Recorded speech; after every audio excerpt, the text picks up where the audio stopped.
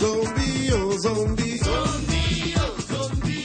Zombie, oh zombie. Zombie, oh zombie. Zombie, no go. If you call a woman, African woman, no go green. She go say, I no be gentleman at all. I no be gentleman at all. Look. I no be gentleman at all at all. I no be gentleman at all. I be African man, original.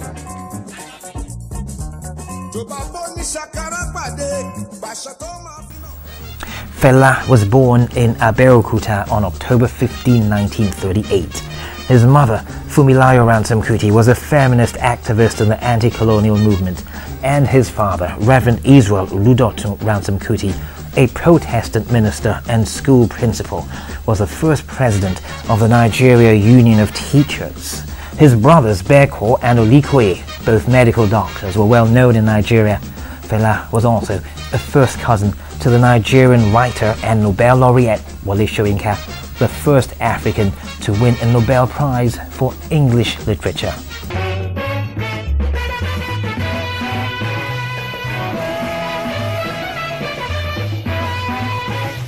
Fela went to London in 1958 to study medicine, but decided to study music instead at the Trinity College of Music. While there, he formed his first band, the Kula Lobitos, playing a fusion of jazz and high life.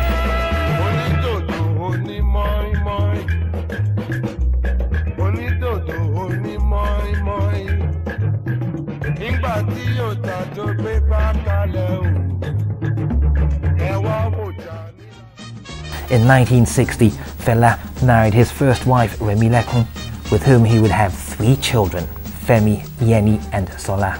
In 1963, he moved back to Nigeria and reformed the Kula Lobitos. This is brother Fela Ransom Kuti.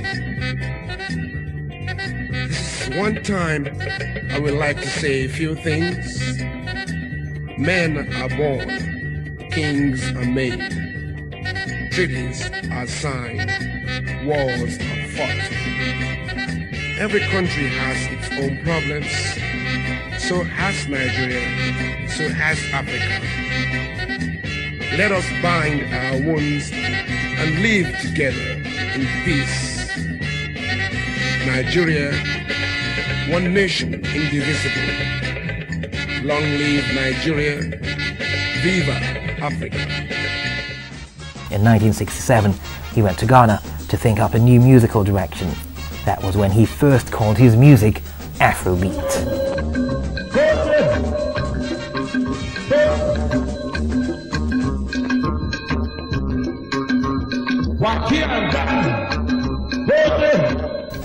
In 1969, he took the band to the United States. While there, he discovered the Black Power movement through Sandra Smith, a partisan of the Black Panther Party, which would heavily influence his music and political views. And then he renamed the band Nigeria 70. Music is a spiritual thing.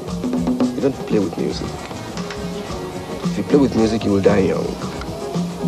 You see, because when the higher forces give you the gift of music, musicianship, it must be well used for the good of humanity. If you use it for your own self by deceiving people or doing this, you will die young.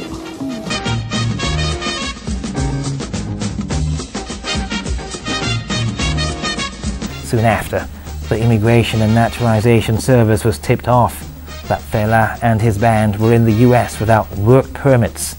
The band then performed a quick recording session in LA that would later on be known as the 69 LA Sessions.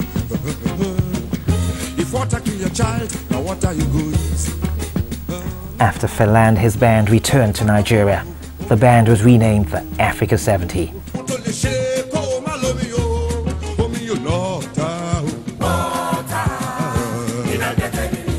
As lyrical themes changed from love to social issues, he then formed the Kalakuta Republic, a commune, a recording studio, and a home for many connected to the band that he later declared independent from the Nigerian state. Fela set up a nightclub in the Empire Hotel named the Africa Shrine, where he performed regularly.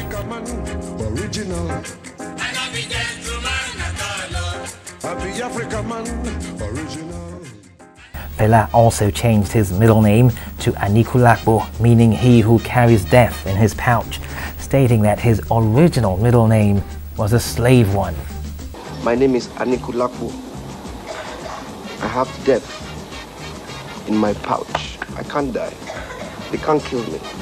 In the early 70s, Fela's music became very popular among the Nigerian public and Africans in general. In fact, he made the decision to sing in Pidgin English so that his music could be enjoyed by individuals all over Africa, where the local languages spoken are very diverse and numerous.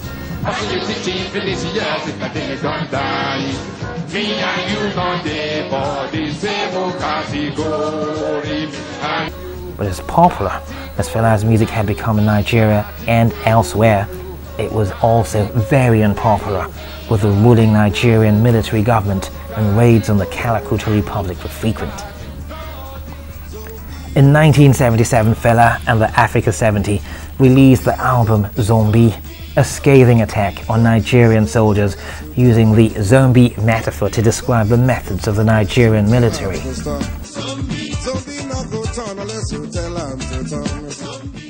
The album was a smash hit, but infuriated the government, setting off a vicious attack against the Calacuta Republic, during which 1,000 soldiers attacked the commune. Fela was severely beaten and his elderly mother was thrown out of a window, causing fatal injuries. And Fela's studio, instruments and master tapes were destroyed. Fela claimed that he would have been killed had it not been for the intervention of a commanding officer as he was being beaten. I saw it with my eyes. They were flogging boys, 8 in the morning, 24 strokes. They put sand on the body before they flog them. And this is not from court order. This is just warders enjoyment. Fela's response to the attack was to deliver his mother's coffin to Dodam Barracks in Lagos on September 30th, 1979. Them burn many houses. Them burn my house too. Them kill my mama. So I carry the coffin. We reach them gate you. We put the coffin down. No one to take out. There's no one to take out. There's not been anybody in this whole politics in Africa. Only 2 people have walked on the streets to follow people to where they are going. Nkrumah and my mother. What are you talking about? All this nonsense that you have hanging around here. They sit down in cars, man. This government threw my mother out of window. Mrs. Fumilayo Anikulapo Kuti, who fought her blood for this country on the street. Fela and his band then took residence at the Crossroads Hotel, as the shrine had been destroyed along with his commune. In 1978, Fela married 27 women, many of whom were his dancers, composers and singers, to mark the anniversary of the attack on the Calacuta Republic. Later, he was to adopt a rotation system of keeping only 12 simultaneous wives.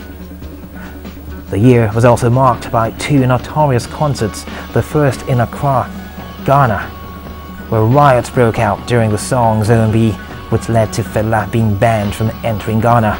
The second was at the Berlin Jazz Festival, after which most of his musicians deserted him due to rumors that Fela was planning to use the entire proceeds to fund his presidential campaign.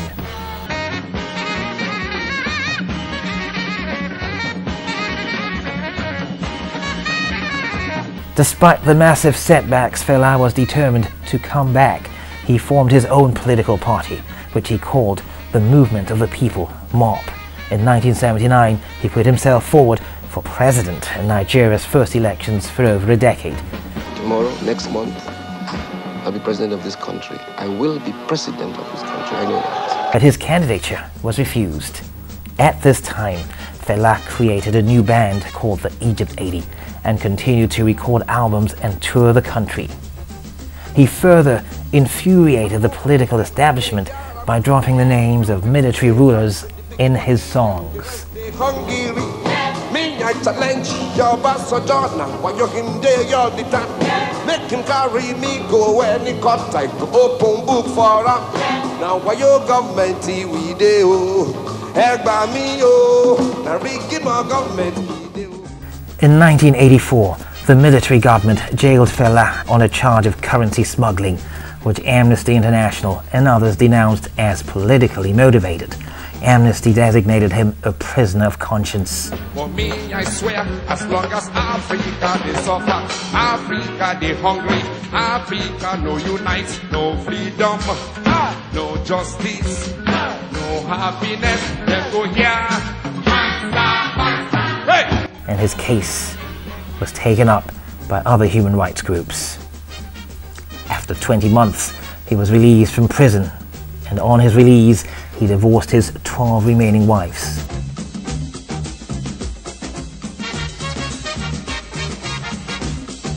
Once again, Fela continued to release albums with the Egypt 80 band and made a number of successful tours of the United States and Europe, and also continued to be politically active.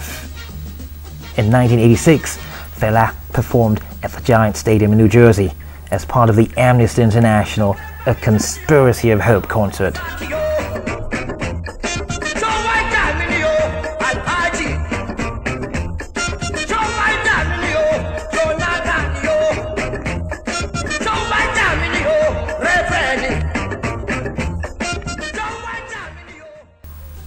In 1989, Fela and the Egypt 80 released the anti-apartheid Beasts of No Nations album that depicts on its cover former US President Ronald Reagan, UK Prime Minister Margaret Thatcher, and apartheid South African Prime Minister Peter Botha. They want to know about your prison life. Don't go worry me. Then go worry me, worry me. Worry all over the time. His album output slowed down in the 1990s, and eventually he stopped releasing albums altogether. In 1993, he and 4 members of the Africa 70 organization were arrested for murder. The battle against military corruption in Nigeria was taking its toll once again, especially during the rise of another dictator. Rumors were also spreading that he was suffering from an undisclosed illness. On the 3rd of August 1997, Olikoye Ransom Kuti, already a prominent AIDS activist and former Minister of Health, stunned the nation by announcing his younger brother's death, which he said was caused by complications arising from HIV/AIDS.